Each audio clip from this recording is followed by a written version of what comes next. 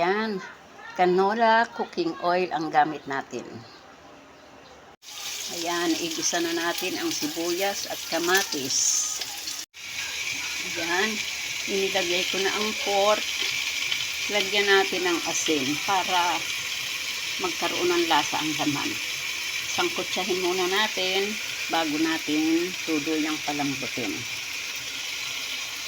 Ayan, nilagay ko na ang labanos at sitaw. Sinunod ko na ang okra.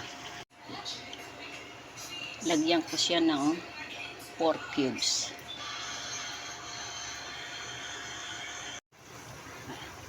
Diyan na rin ang kangkong. Lalagyan na lang natin ng maasim yan. Pwede na natin lagyan kasi lanta na yung kangkong. Ayan, tapos na po siya. Kakain na lang. Kain na na.